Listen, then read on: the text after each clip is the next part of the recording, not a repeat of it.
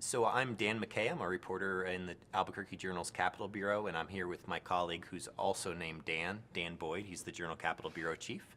And we're here to tell you a little bit about the legislative session that's going to start on Tuesday.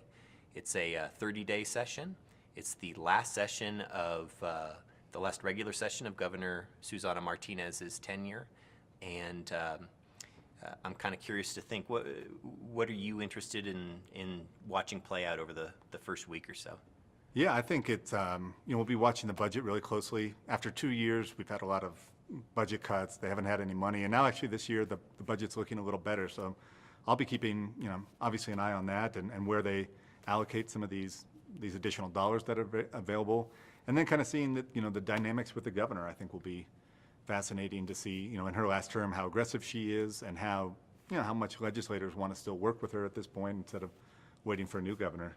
Yeah, she certainly talked a bit about bipartisanship, and House Republicans who are in the minority have also stressed bipartisanship and finding common ground. But last year's session was incredibly contentious. What do you think about this one? Is it would it be naive to think that maybe they're going to get along a little better this time, or not? I think that's what we've been hearing. I mean, obviously, I think I'm maybe a little skeptical that when it gets down into the final week of the session and bullets are flying, if they'll still be, if that talk will become action. But I think there has been talk about bipartisanship on some crime issues. There's been a lot of things we've seen in the last few years where they've kind of been these battle lines, and maybe some new approaches being offered this year. I know you've written on about a few of those on crime-related issues. Yeah, so it sounds like 30-day sessions are typically devoted to the budget generally, but the governor is going to make crime an enormous issue. That's a priority for her, and it's kind of a natural fit given that she was a prosecutor for so long. Do you think that we're going to see the death penalty reinstated, or stiffer penalties, different pretrial rules? You think they can reach agreement on any of this? Frankly, a lot of those I'd be skeptical. I think the Democrats control both chambers, and there's been resistance to those. I don't know why that would change this year. Maybe on the pretrial stuff, that has been something that's drawn a lot of complaints from prosecutors, the legal community.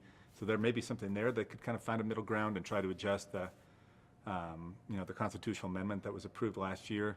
I also think, this being an election year, and the House is up for election, not the Senate, and all statewide offices, we'll be kind of keeping an eye too on how much of this is politically driven and kind of issues that might come back on the campaign trail later this year.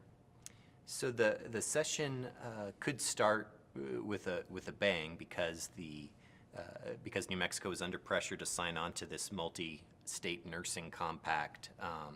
You think that they will act quickly on that, or is that something that might get hung up and sort of set the stage for a more contentious session?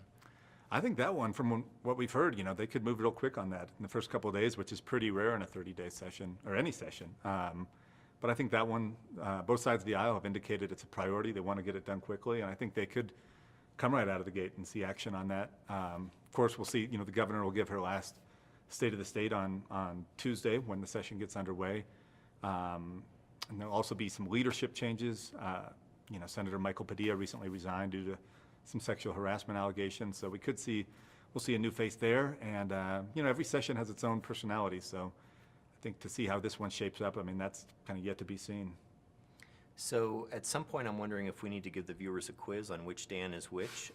We are both Dans. I'm McKay. I'm the one who wears wrinkled shirts. This is Boyd. He's the one who is smart and handsome and bosses me around. I think it's easy, we respond to, either one of us' names, so, and often get confused. It probably will happen again, but we'll both be here for the duration, for the good parts, the ugly parts, the long nights, and look forward to assigning you the worst evenings of the session. So if you see a Journal reporter, you're welcome to call him Dan. He probably is Dan. And we hope that you guys will follow us on Twitter. I'm McKay Dan. He's Dan Boyd NM. We also will have a webpage set up at abqjournals/legislature. Our stories will be in print, obviously. We post to the web as soon as we can when there's breaking news at the legislature. We hope you guys will follow along with us this year. Yeah, looking forward to it. Should be an entertaining session.